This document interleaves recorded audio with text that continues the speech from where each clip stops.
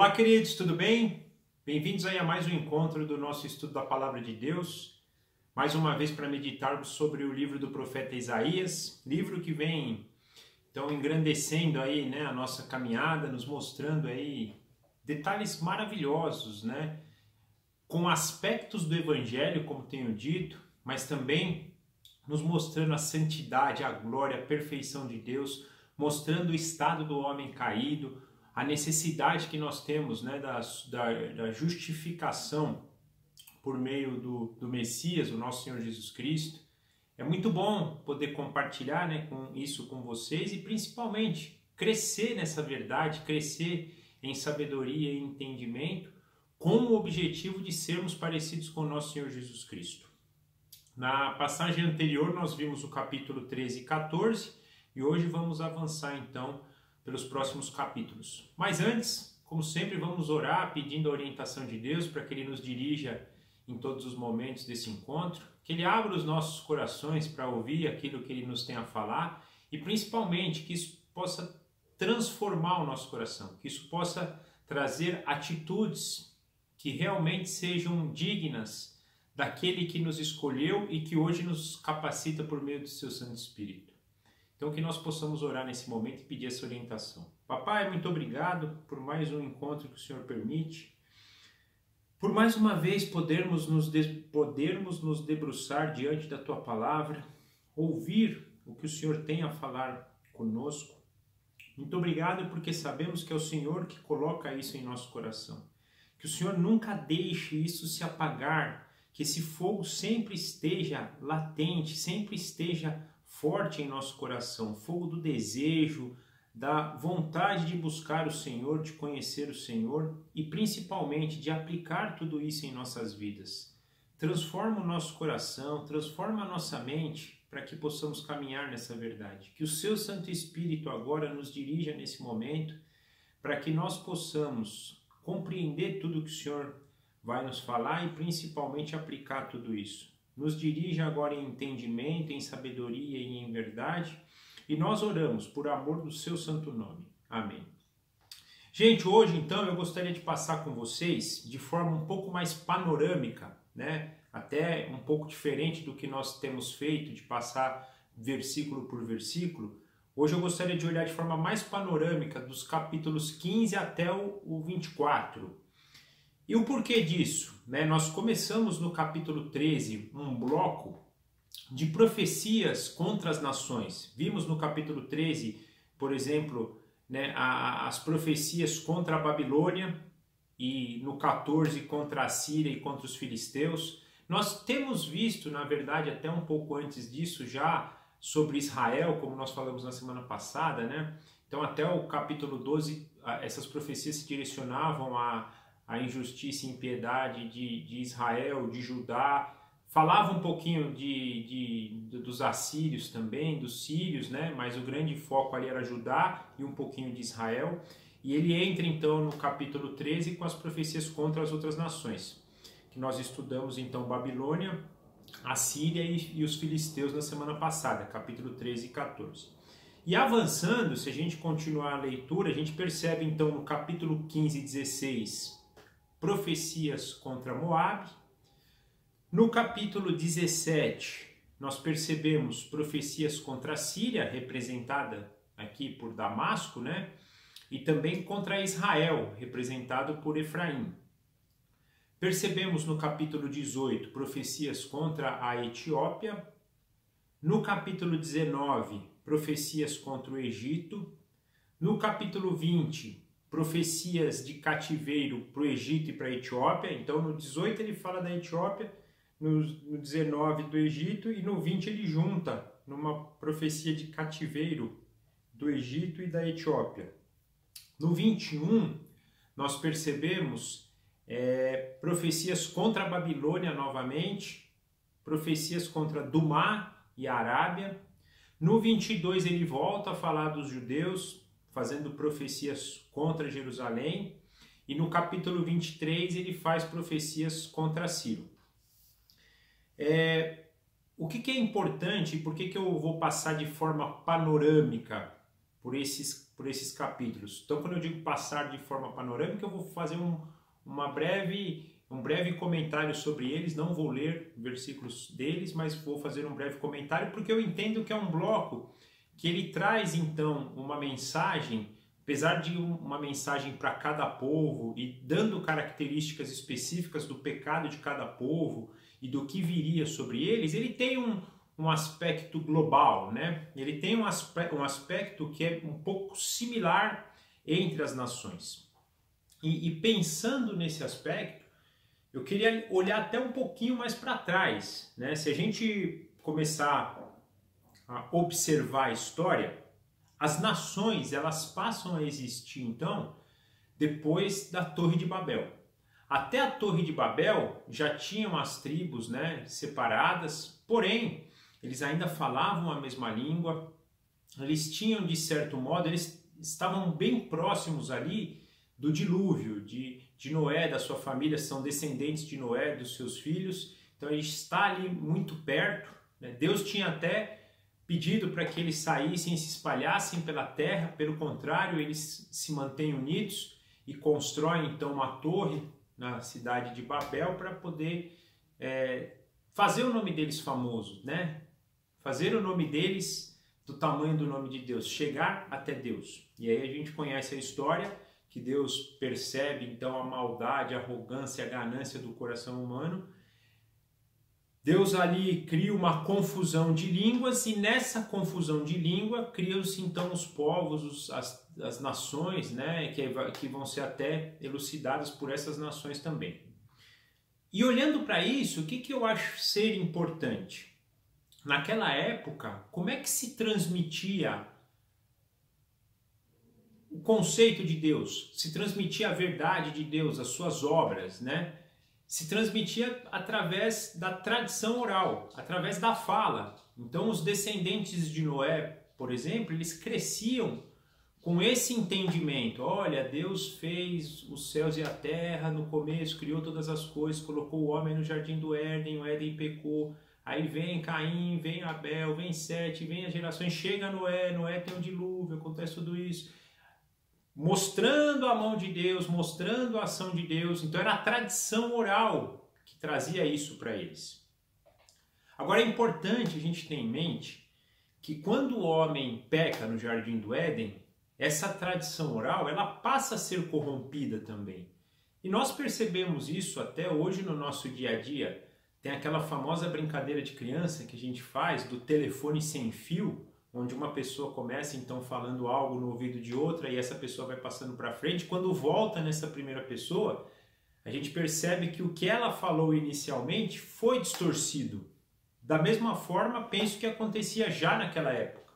Então começou Noé falando para os seus filhos. Na verdade, os filhos de Noé foram testemunhas oculares, né, do que aconteceu principalmente no dilúvio com a arca de Noé. Mas Noé também passou. E até o que Noé recebeu dos pais dele, dos seus ancestrais, ele passou para os seus filhos, que passava de certa forma para os seus filhos. Porém, penso que já havia uma distorção sobre isso. Se a gente pegar um filho de Noé, por exemplo, Canaã, que foi alguém que inclusive foi amaldiçoado por Noé, e já tinha essa predisposição do mal, na verdade todos têm, né, e os outros irmãos também, mas ele demonstra isso claramente a ponto dele desonrar o pai e ser amaldiçoado. Como é que Canaã passou essa tradição para os seus filhos? Como é que os outros filhos, né, Jafé, por exemplo, passou isso para os seus filhos, né? E aí a gente vai perceber então que essa tradição oral ela vai sendo passada, mas ela vai sendo distorcida. E distorcida com a criação humana envolvida, com os desejos humanos ali aplicados. Então, eles tinham esse conhecimento de Deus, da divindade, da criação, sabia que existia alguém em um plano superior que criou todas as coisas, que dominava sobre todas as coisas. Porém, com essa confusão de línguas e com essa tradição oral sendo passada de forma distorcida, cria-se então um contexto para a geração, para a criação de novos deuses, né? Deuses que eles vão então começando a adorar, a idolatrar, eles vão criando as suas próprias justiças, por início até na justiça de Deus, mas também se desviando. Então essas nações que antes vêm de uma linhagem de Noé, que era uma linhagem que era santa, que era alguém que entendia e conhecia a Deus, ela começa a se distorcer. E chega então nesse auge de Babel, onde se cria as nações com línguas diferentes. Aí imaginemos como é que essas nações agora passam a falar de Deus, com essa tradição oral distorcida. Não à toa, a gente começa a perceber então, na história das nações, que as pessoas começam a criar seus próprios deuses. Deuses criados por eles nas coisas visíveis e criadas. Então eles passam a adorar objetos, eles passam a adorar obras da criação, por exemplo, o sol, os rios, os animais. Pessoas passam a se colocar na posição de Deus. Por exemplo, o faraó egípcio se colocando como Deus, né? Os líderes ali das nações, e a gente vai ver isso desde então, inclusive perdurando até hoje, pessoas se colocando num papel de Deus, como se fossem Deus, como se comandassem todas as coisas, como se tivessem todo o poder para fazer o que bem entendem. Então nós vamos perceber isso durante a história, a criação de deuses, a criação de coisas para se ver um Deus. E aí eu chamo a atenção para aquele fato que quando Deus nos 10 mandamentos nos diz, né, que não, para a gente não criar nada e não adorar coisa criada, mesmo que isso direcione a Deus, isso é pecado. Então, quando eu tenho lá, eu vou pôr uma imagem de algum santo, uma imagem de Jesus também, né? Nós não devemos adorar aquela imagem. Quando eu digo adorar, eu tenho uma cruz na minha casa que é um memorial, que é para eu trazer à mente, ok. Mas, por exemplo, aquelas festas que vão milhares de pessoas se amontoando para seguir uma imagem, né? É nessa direção que eu estou falando. Porque isso então foram criações que o homem fez na história e essas criações que começaram a afastar ele de Deus. E nesses deuses criados, é interessante que a gente começa a perceber também a relação deles com esses deuses. Então aliás, não só a relação, como até conceitos que eles traziam do Deus verdadeiro. Por exemplo, os sacrifícios. Todos eles sacrificavam para os seus deuses, com motivos errados e diferentes. Nós entendemos, como cristãos, nós entendemos como os israelitas no passado, que antes da vinda de Cristo, o sacrifício era feito para apontar ao Messias que viria, que seria a provisão de Deus para a justificação dos pecados. Eles não, eles pegaram esses sacrifícios e então eles usavam para o benefício deles. Quero ter uma boa colheita, vou sacrificar para o Deus da colheita, ou para o Deus que eu sirvo para ele me dar colheita. Quero ter bons recursos, vou sacrificar para o Deus. Quero vencer uma guerra, vou sacrificar para aquele Deus. E, gente, isso é sutil, mas é importante a gente ter em mente, porque no próprio meio evangélico isso acontece hoje. Deus nunca pediu para a gente apresentar sacrifício para isso. E é engraçado, às vezes você vai numa igreja e ele fala, ó, sacrifica para isso que você ganha aquilo. Não. Né? O sacrifício no Antigo Testamento do povo de Deus e o sacrifício dado por Deus para o seu povo era para que apontasse para aquele que viria suprir, para a provisão que Deus daria em prol da salvação do homem. Esse era o sacrifício. Então, quando se matava um cordeirinho lá, quando se sacrificava no templo, era esse sentido de gratidão. Naturalmente existiam sacrifícios sempre focados à provisão divina. Então o sacrifício quando a gente ofertava da colheita, mas para aquilo que Deus já tinha nos dado. Mostrando o quê? E eu penso por que Deus estabeleceu isso?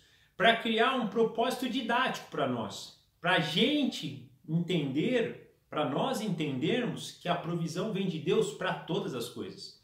A provisão final da vida eterna é por meio de Jesus Cristo, mas a provisão durante toda a nossa caminhada, do que comemos, do que bebemos, do que vestimos, de onde moramos, das coisas que temos à nossa disposição, são graças, são provisões de Deus para a nossa vida. Então nós agradecemos por isso. E as outras nações, o que eles faziam? Eles faziam o contrário. Olha, se a gente não fizer a festa do sacrifício tal, nós não teremos uma boa colheita, né? Então, eles pegaram uma verdade que eles receberam da tradição oral deles e reverteram essa verdade para que eles acreditavam que era, então, a vontade deles.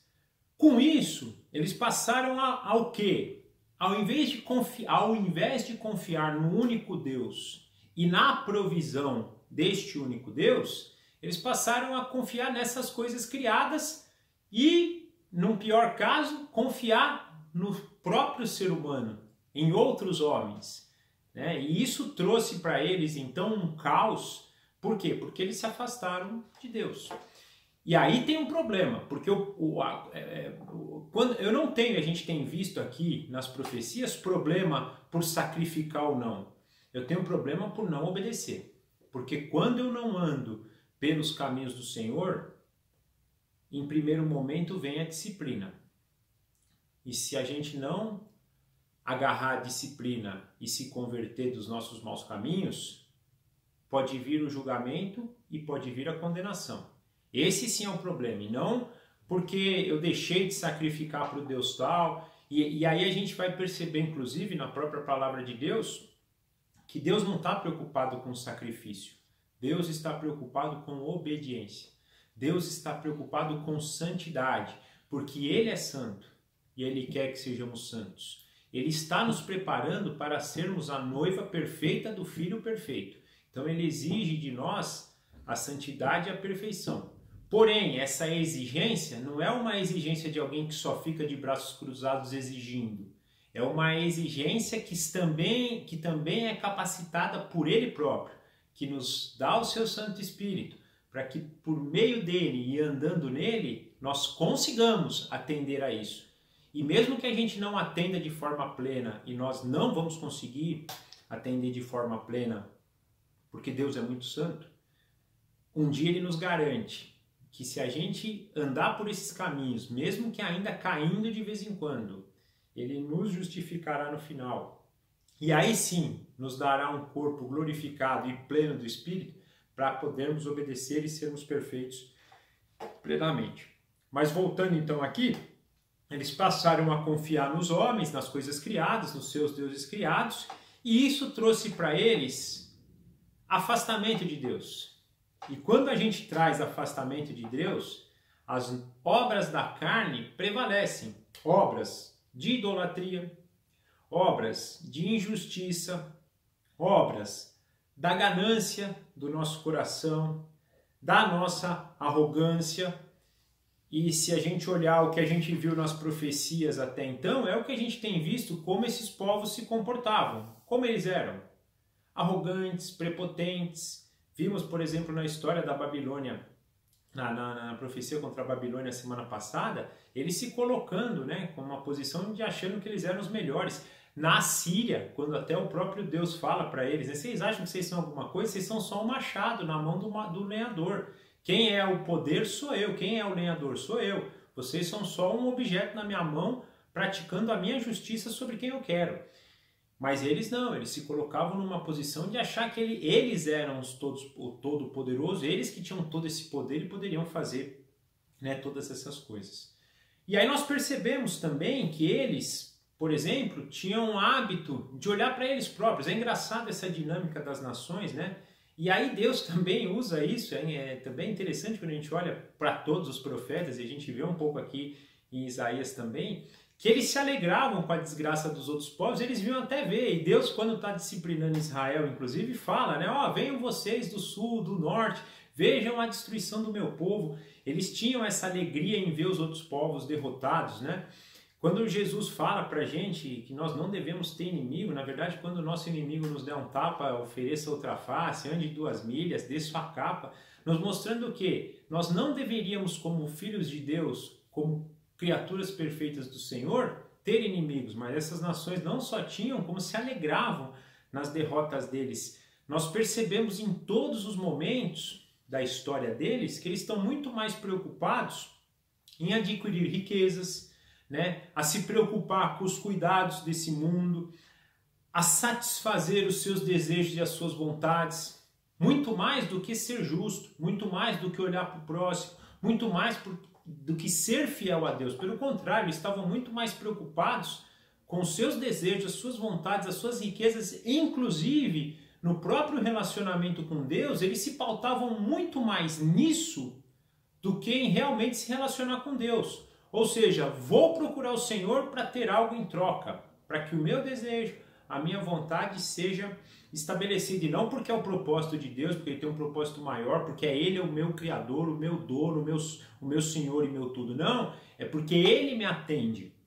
Aliás, fazendo um parênteses aqui, e até um paralelo para o que a gente vive hoje, a grande maioria, você pega um ateu, por exemplo, o ateu, se você olhar no fundo da vida de um ateu, ele se torna ateu porque em algum momento ele sofre uma grande decepção. E nessa grande decepção, ele começa a perguntar aonde estava Deus que não fez isso em meu favor? Porque ele entende que Deus, na verdade, está ali para servi-lo e não ele para servir a Deus. No próprio meio evangélico, de novo, gente, se a gente coloca um pouco de dificuldade na igreja hoje, por exemplo, perseguição, fome, começo a pensar quantos ficariam mesmo, viu? Quantos realmente seriam servos de Cristo. Porque grande parte ali da igreja,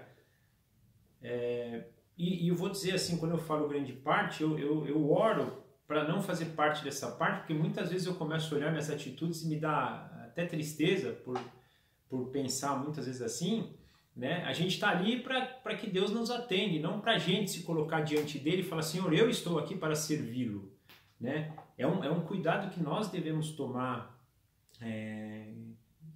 para nós estarmos sempre atentos. Então, quando eu falo igreja, primeiro, não é como motivo de julgamento de outros irmãos, é até olhando para mim que muitas vezes entro por esse caminho, e é um motivo de muita tristeza, porque quando eu me olho olhando assim, quando eu me olho com essa direção de que estou ali só para buscar coisas, me dá um aperto no coração, e nós devemos tomar cuidado com isso, porque afinal de contas nós somos escolhidos e fomos chamados para o propósito de Deus, e não Deus entrou na nossa vida para cumprir o nosso propósito, né?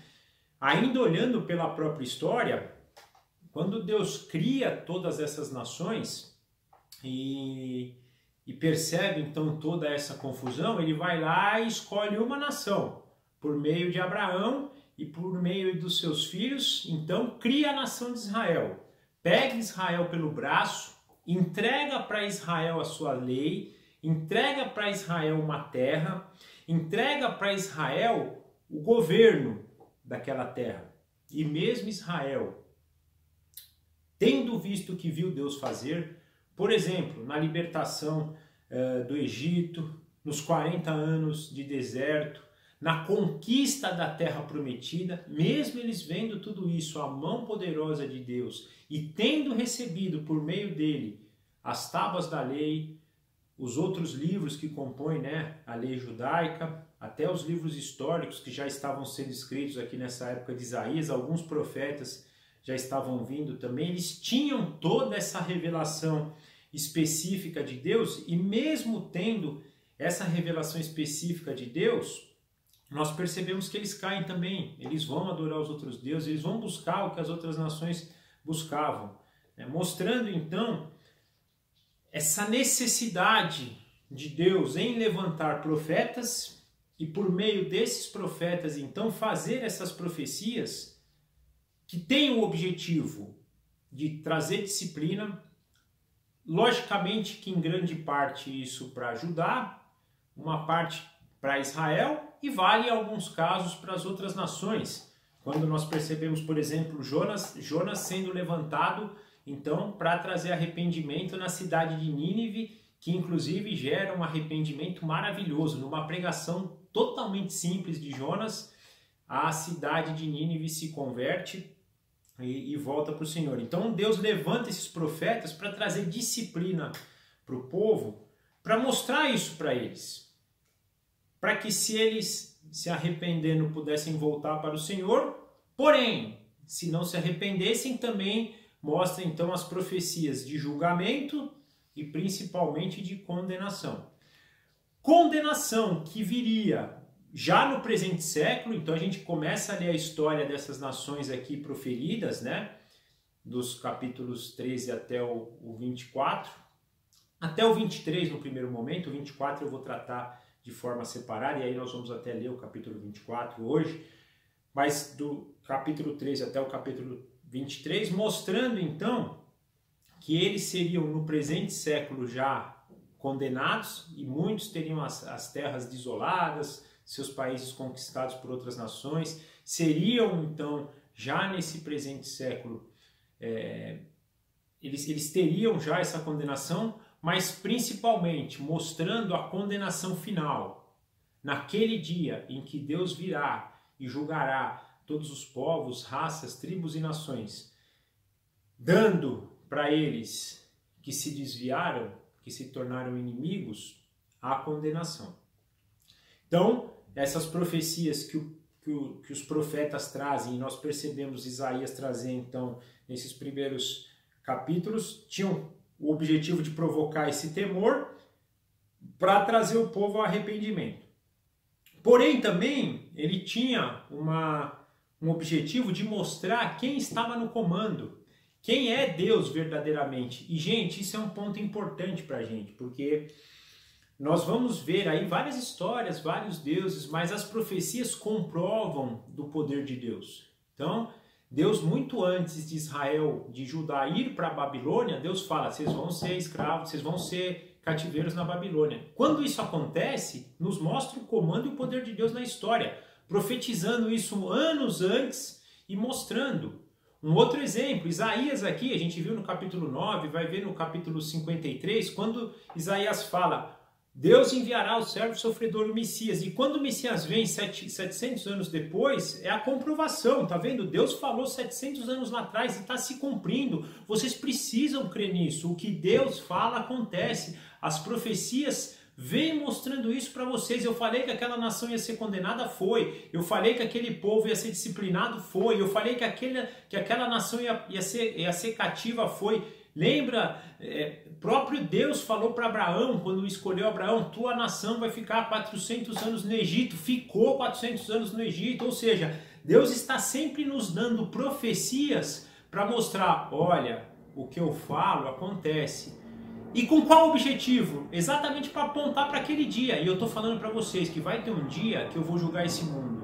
E vão ter aqueles que vão ser justificados pelo meu filho, e vão ter aqueles que vão ser condenados para a morte eterna. Acreditem nisso, porque essa profecia, como todas as outras profecias que foram feitas e para a época presente foram cumpridas, esta profecia que está reservada para o final também vai ser concretizada. Então esse era o objetivo, de mostrar e de nos deixar relato também sobre isso. Então eu vou ler lá uma profecia contra Moabe. O que Deus profetizou sobre Moabe? Isso aconteceu? Aconteceu. Poxa, o que Deus disse é verdadeiro. Fiz uma profecia contra a Babilônia. Isso aconteceu? Aconteceu. O que Deus fala é verdade, acontece. Fiz uma profecia contra a Síria. Isso aconteceu? Aconteceu. Comprova que nós devemos acreditar no que Deus diz. Então, tinha esse objetivo lá para aquele povo. Imagina, quando eu falo para aquele povo e também para nós, imagina para o povo que estava no cativeiro, na Babilônia. A hora que ele olha para um Isaías, olha para um Jeremias, olha para os outros profetas que profetizaram sobre a Babilônia, eles falam, poxa, né, aconteceu mesmo. Então nós temos que crer que o restante vai acontecer também. E lembrando que as profecias elas estão direcionadas para o tempo presente, mas também para o tempo vindouro, para alicerçar a nossa fé, para nos dar a certeza que um dia Deus virá, vai julgar esse mundo, salvando os seus escolhidos e condenando aqueles que foram seus inimigos. E isso, então, por fim, como um dos motivos aqui, nos mostra também esse ânimo para o remanescente fiel, mostrando o seguinte: mesmo aqueles que afligem hoje, um dia serão afligidos. Então, uma pessoa que hoje pode nos fazer todo tipo de mal, e a gente pode pensar em determinado momento, poxa, essa pessoa pratica todo tipo de mal e ainda continua aí prosperando, continua se dando bem, né? Com todo o poder, com toda a polpa possível, essa pessoa vai cair um dia, essa pessoa vai ser condenada por Deus.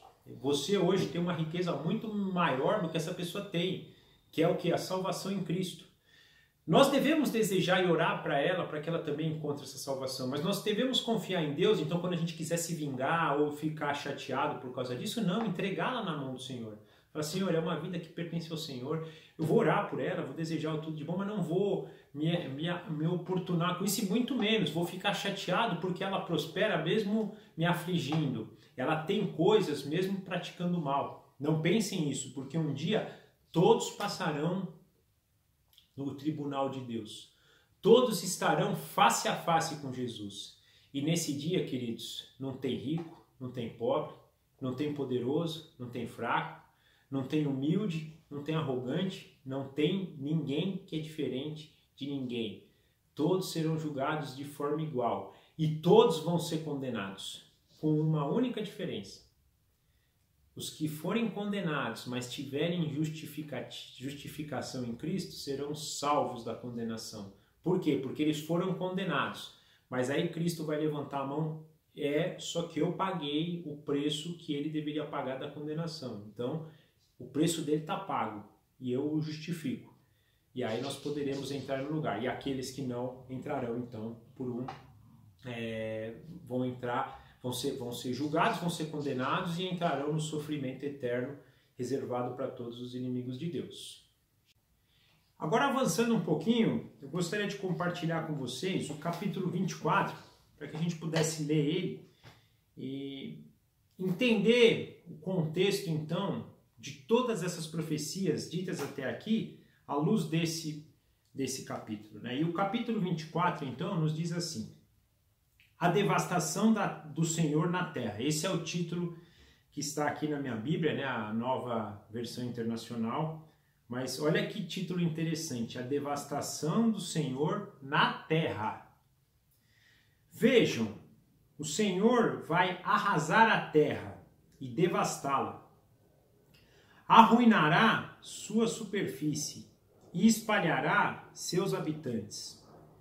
Será o mesmo para o sacerdote e o povo, para o senhor e o servo, para a senhora e a serva, para o vendedor e o comprador, para quem toma emprestado e quem empresta, para o devedor e o credor.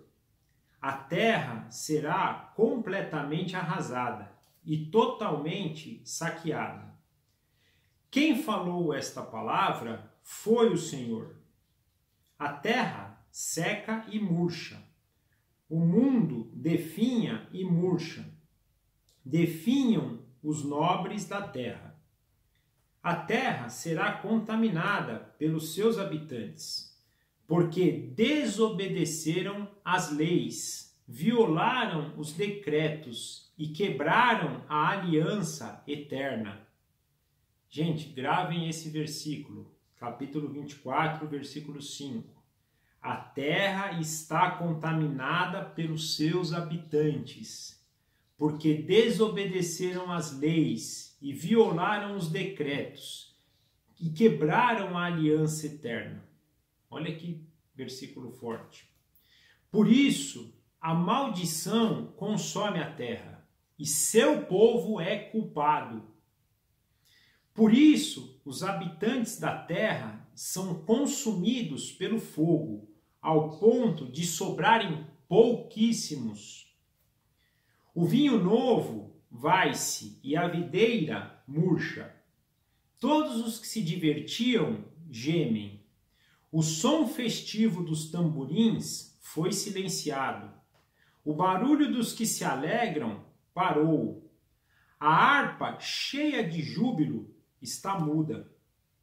Já não bebem vinho entonteando canções. A bebida fermentada é amarga para os que bebem. A cidade vã está em ruínas. A entrada de cada casa está fechada. Nas ruas clamam por vinho. Toda a alegria chegou ao fim. Toda a celebração foi eliminada da terra. A cidade foi deixada em ruínas, sua porta feita em pedaços. Assim será na terra, entre as nações, como quando se usa a vara na oliveira, ou se buscam os restos das uvas após a colheita. Erguem as vozes, cantam de alegria. Desde o ocidente, aclamam a majestade do Senhor.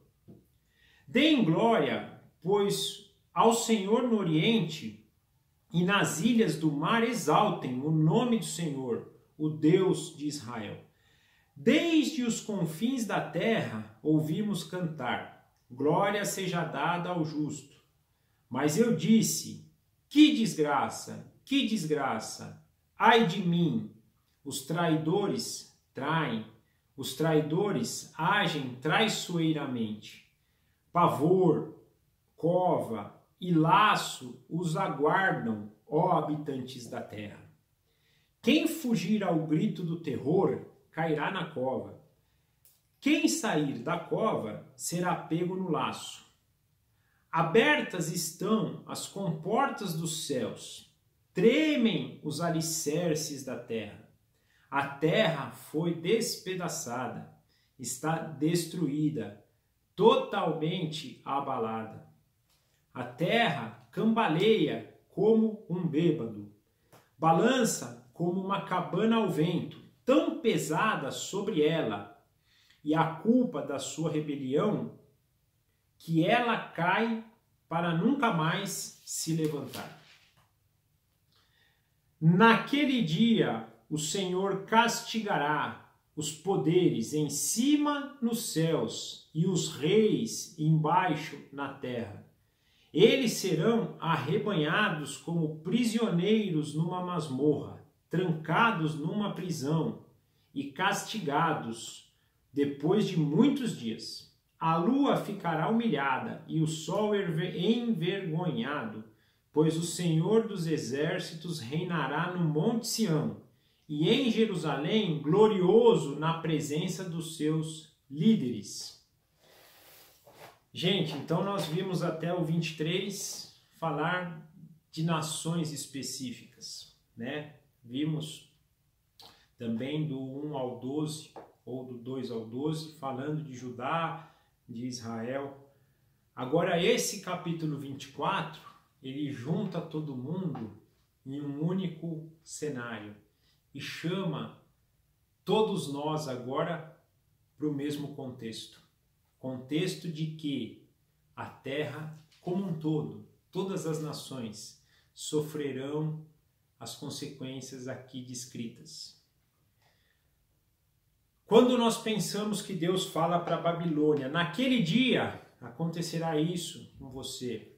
Quando ele fala para a Síria, naquele dia acontecerá isso com você. Quando ele fala isso para Moabe, para os filisteus, para a Etiópia, para o Egito, ele está falando isso para o Brasil. Ele está falando isso para os Estados Unidos, ele está falando isso para toda a Europa, para toda a Ásia, para toda a África, para todos os continentes, para todas as nações. O pecado deles são os nossos pecados.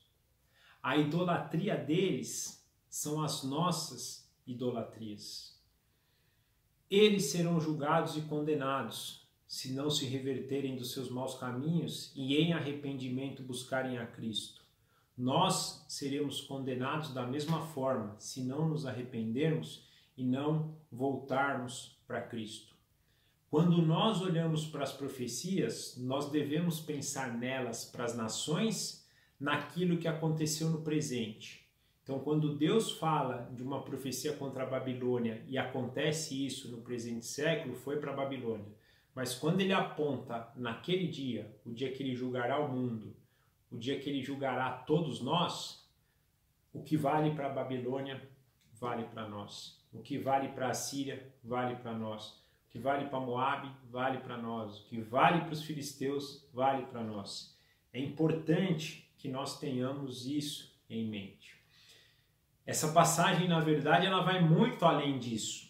Ela não fala só aqui da terra, ela fala que os poderes dos céus serão abalados. Não só os poderes celestiais a nível de principados e potestades, mas também, né, de toda a criação.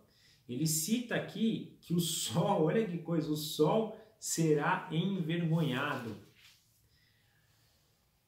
A lua ficará humilhada perante essa glória de Deus. Aliás, é algo interessante isso, né? Porque a gente percebe aqui no meio da passagem: ergam as suas vozes e cantem de alegria, desde o ocidente aclame a majestade do Senhor. Deem glórias, pois ao Senhor do Oriente, nas ilhas do mar exaltem o nome do Senhor. Gente, imagina a cena. Deus, então, naquele grande dia, ele vai, antes de julgar a todos, ele vai nos ressuscitar. De Adão até o último homem, todos serão ressurretos. Todos, todos, todos, todos, sem exceção. Todos vão ver Cristo no julgamento chegando. E todos, todos, todos, sim, eu penso que todos os joelhos se dobrarão, todas as bocas se calarão, todas as pessoas se prostrarão diante dele, glorificando a ele, glorificando a Deus por meio da presença dele, proclamando: Santo, Santo, Santo é o Senhor Deus, dono do universo, Criador de todas as coisas, o majestoso. Todos, todos, todos, todos. Nós exaltaremos o poder dele, a majestade dele, a glória dele. Ficaremos todos maravilhados. Penso mais ainda, ficaremos todos arrebatados pelo seu amor de uma forma incondicional. A gente entende um pouquinho disso com paixões que nós temos nessa vida, né? Tem pessoas, por exemplo, os nossos cônjuges, que você olhou a primeira vez e falou: nossa, eu amo aquela pessoa, estou apaixonado. E olha que nós somos imperfeitos, e a pessoa também que nós amamos é imperfeita, e mesmo assim a gente ama. Imagina o dia que a gente vê Jesus voltando perfeito em glória, em majestade, em soberania. Nós vamos olhar para ele. A gente pode até falar que a gente ama Cristo agora, e eu creio que a gente ama, mas não vai ser nada parecido com aquele dia, que a gente vai cair no chão, como João. João, que foi amigo de Deus por meio de Cristo. João, que entendeu que era o profeta amado. Quando no livro de Apocalipse chega e vê a glória de Jesus, cai prostrado diante dele. João, que conheceu o Verbo encarnado.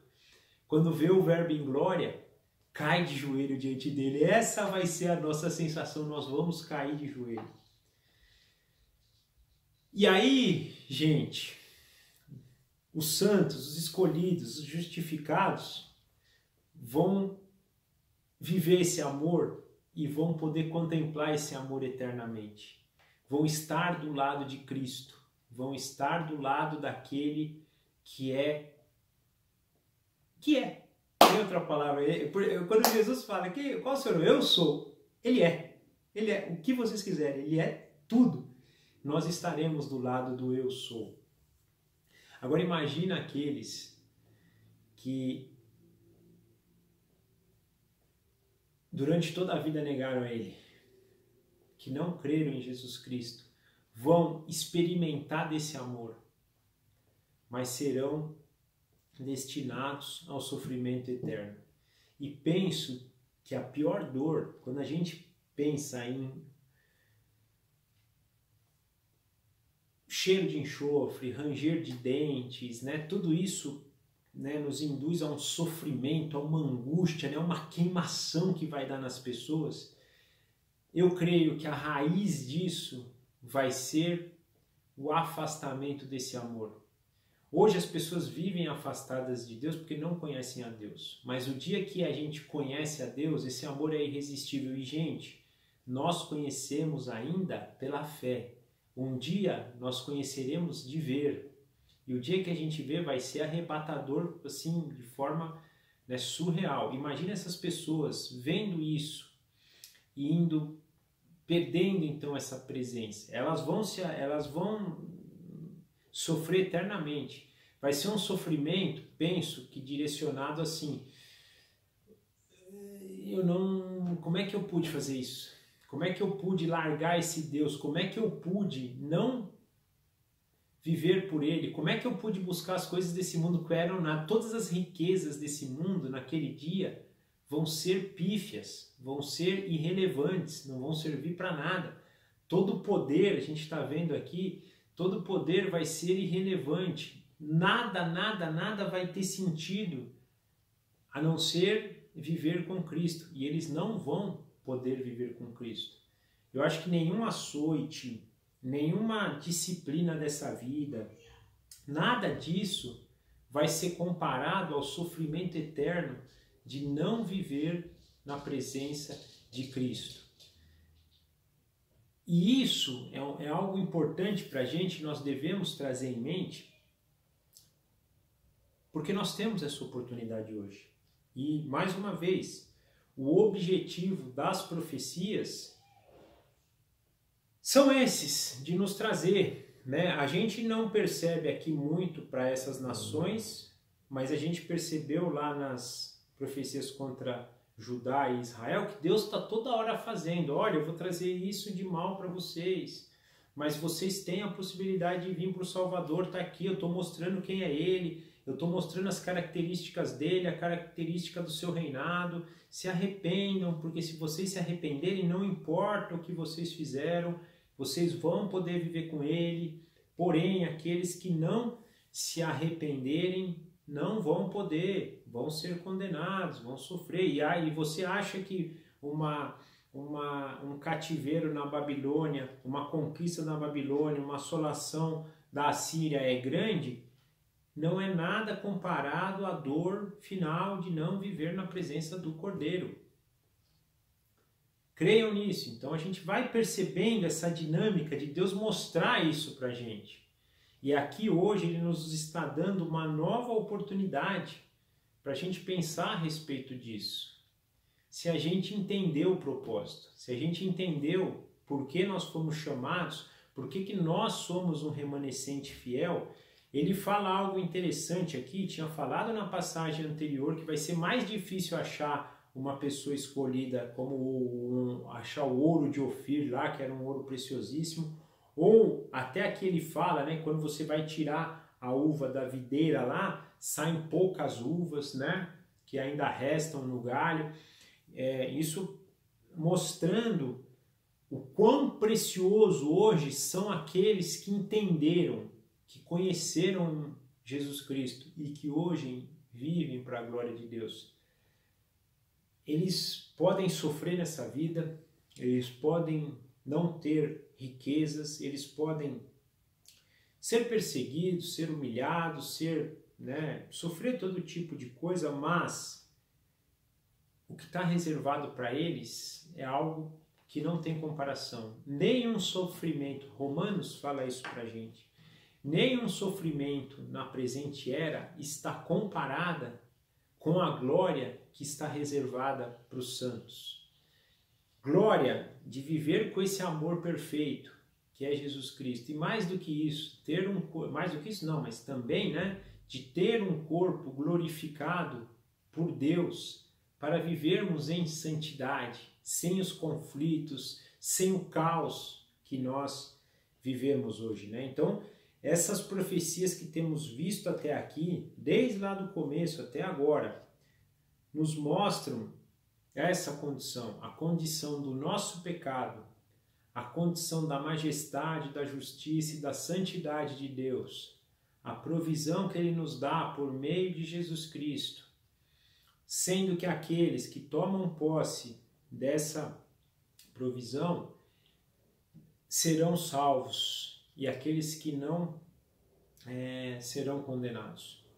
Eu queria compartilhar com vocês uma passagem desse texto, na verdade dessas profecias que a gente leu, que se encontra no capítulo 22 do versículo 13, porque essa passagem tem a ver com o que nós estamos falando, e essa passagem ela foi dita para o povo de Judá.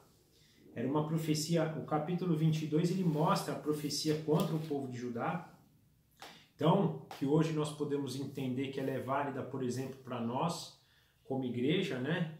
E ela fala assim, nos versículos 13 e 14. Desculpa, eu vou começar do 12, tá? Do 12, 13 e 14. Naquele dia, o soberano, o Senhor dos exércitos, o chamou para que chorassem e pranteassem, arrancassem os seus cabelos e uivassem vestes de lamento.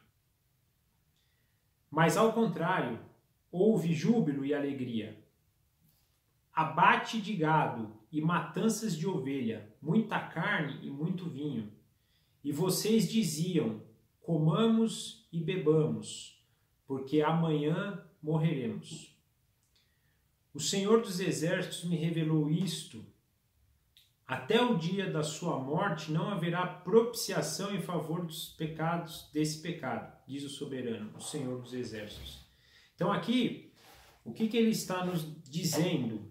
Né? Que Deus está pedindo para o povo de Israel se arrepender, voltar para os caminhos do Senhor, deixar suas obras más. Mas eles viviam numa vida tão regalada, uma vida tão cheia de festas, de abundância, de coisas que eles esqueceram de Deus. E por que isso é importante para a gente hoje? E isso a gente vai ver nos grandes momentos da história. Aconteceu isso em Noé. Por que Deus se arrependeu da criação? Porque os filhos de Deus estavam se casando com as filhas dos homens, e eles estavam ali vivendo uma vida bon vivant, né? Vivendo uma vida de festa, de alegria, achando que estava tudo bem, camuflando a injustiça, a impiedade, a ganância, a arrogância deles, acreditando que eles não seriam punidos, acreditando que vamos viver da melhor maneira possível, porque amanhã nós morreremos e aí tá tudo certo. Então, quer dizer, aproveitemos a vida hoje. Gente, todos, e a gente precisa ter isso em mente, todos serão ressurretos. Todos vão passar pela ressurreição. Uns para a vida eterna, outros para o sofrimento eterno. Nós não podemos tirar isso de mente. Se a gente não está conseguindo encontrar a graça divina pelo amor, nós também temos que pensar um pouquinho no temor. Temor de que um dia todos serão ressurretos, uns para a salvação e outros para a condenação. Isso deve nos motivar, isso deve ser um objetivo da gente falar para as pessoas. Porque nós vivemos hoje num mundo que é assim. Hoje o mundo é uma eterna festa. As pessoas estão em depressão porque as pessoas estão em depressão porque nós, há um ano, estamos um pouco restritos, sem festas, sem encontros, sem uma suposta alegria que a gente busca através de bebedeiras, de outras coisas. Estamos em depressão por causa disso. Não que não seja, não estou julgando aqui, tem pessoas que estão passando realmente por momentos, por outros motivos, mas muitos estão por isso, muitos estão brigando, né? Eu acho justo, eu sou a favor, por exemplo, que a gente deveria liberar o comércio, essas coisas, eu acho que é fantástico, e não acredito que foi isso que alastrou a pandemia. O que alastrou a pandemia foi a bagunça que foi feita no final do ano. A gente ligava os jornais no Réveillon, viam festas e mais festas com milhões de pessoas, porque o ser humano não consegue ficar um Réveillon sem fazer festa. Um Réveillon ficar recluso em casa com a sua família. Hoje nós preferimos uma vida de bagunça, de festa, de regalias, ao invés de proteção. E aí a gente tem que tomar medidas drásticas de fechar, de fazer, por quê? Porque a gente não sabe se controlar. É isso. As pessoas hoje querem viver uma vida E achando que não tem consequência. Vamos aproveitar o máximo possível, porque a vida é curta, a vida passa, e se a gente não aproveitar, a gente morre e acabou. Não, senhor. Isso aqui é só o começo. O começo de uma vida eterna com Cristo, ou o começo de uma condenação eterna longe de Cristo. O que nós estamos vivendo? De que forma nós estamos ponderando sobre isso? De que forma as nossas ações têm sido transformadas por isso? A passagem do capítulo 24 nos deixa uma lição claríssima, claríssima. Ela nos mostra que tanto nos céus quanto na terra, todos os inimigos de Deus, todos os infiéis serão destruídos nesse presente século e serão condenados eternamente a viver num sofrimento e num tormento que é indescritível, que nós não conseguimos a visão humana, né, a compreensão humana descrever. Nós não podemos tirar isso de mente. Como também, graciosamente, nós percebemos aqui o reino e o rei reservados para aqueles que hoje buscam a Deus. Só um detalhe quando eu falo de festas, tá, gente? De alegria. Deus é alegre, Deus é festeiro também. A gente vê na história de Israel as festas que Deus, né, determinou para o povo. Não é que Deus queira, quando a gente fala assim, que é uma vida chata, pelo contrário, o que nós estamos falando, você consegue ter momentos muito alegres, de muita festividade. A gente vê nas próprias festividades de Israel quanto eles dançavam, cantavam, né? Não era uma coisa morta, parece que está todo mundo lá ouvindo a Torá 7 dias, não, eles salmodiavam, cantavam, eu estava vendo um casamento ortodoxo, de um judeu ortodoxo, vendo na verdade uma série que mostrava um casamento ortodoxo, eles fazem festa assim, alegria, pulam, gritam, eles são festeiros também. O que é diferente é que é uma festa que é pautada pela sobriedade, é pautada por justiça, por amor, e não ali um falando mal do outro, ou as pessoas bebendo, caindo, né? ou uma forma desvirtuada. É nessa direção que nós estamos falando. Né? Deus permite que a gente faça tudo, desde que a gente faça de forma justa, que a gente olhe para as pessoas de forma igual. Ele quer a obediência, e essa obediência pode ser dada numa viagem, numa festa, no que quer que seja. O que é obediência numa festa? Eu não chegar na festa lá, e acontece muito, né? Forma aqueles grupinhos na festa.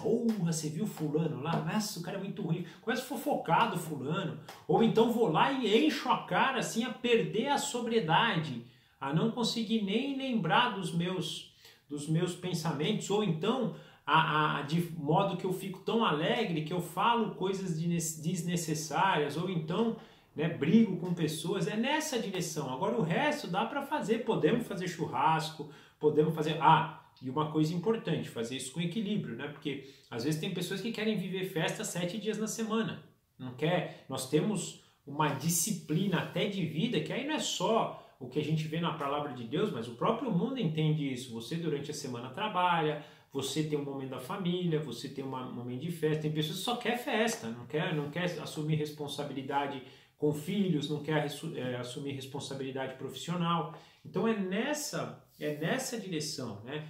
Fazendo de forma santa e de forma justa, Deus se agrada, Deus gosta, Deus quer se envolver com a gente. Outra coisa importante, né, numa festa, que o primeiro convidado seja de Jesus Cristo.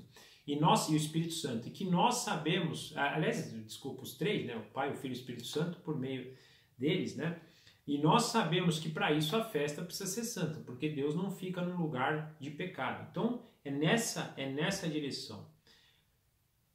Por isso eu gostaria de terminar essa passagem com a pergunta, né, em que realidade nós estamos vivendo?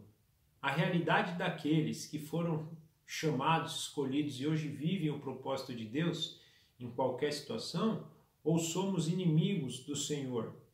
Porque nessas duas realidades nós perceberemos o nosso final. se é um final de vida eterna, de comunhão e de presença de Deus, ou um final de condenação, um final que vai ser de muito sofrimento, de muita angústia e principalmente sem a presença de Deus. Então que essas passagens aqui de profecias possam trazer ao nosso coração o que nós dissemos antes. Primeiro, que o que Deus disse acontece, já comprovadas por algumas das profecias que aqui foram ditas para o presente século, mas principalmente para que a gente olhe para as profecias do futuro, acreditando que essas coisas vão acontecer, acreditando que no final todo mundo vai ser ressurreto e julgado, sendo uns salvos e outros condenados, para que isso transforme o nosso coração, transforme a nossa mente e a gente possa então direcionar o nosso caminho por meio de Jesus Cristo. Que nós possamos pensar assim e caminhar nessa direção. Queridos, por hoje era isso. Espero que vocês tenham gostado. Eu vou orar terminando e nosso desejo aqui é que vocês tenham uma semana abençoada com a paz do nosso Senhor Jesus Cristo. Amém? Papai, obrigado por mais esse dia, por mais um momento em que pudemos estudar a sua palavra. Agradecemos porque sabemos que é o Senhor que nos dirige em todas as coisas. Pedimos agora por essa semana, que o Senhor nos dirija, que o Senhor produza em nosso coração os efeitos necessários para andarmos em santidade, buscarmos os teus caminhos e sermos fiéis ao Senhor. Entregamos a nossa vida nas tuas mãos, pedimos que o Senhor seja cada vez mais conosco e que nós possamos parecer com o seu Santo Espírito, com o seu Filho, nosso Senhor Jesus Cristo, e cheios do seu Santo Espírito. Nós entregamos a nossa vida, consagramos ela ao Senhor e oramos em nome do nosso Senhor Jesus Cristo. Amém. Tchau, gente. Obrigado. Até a semana que vem.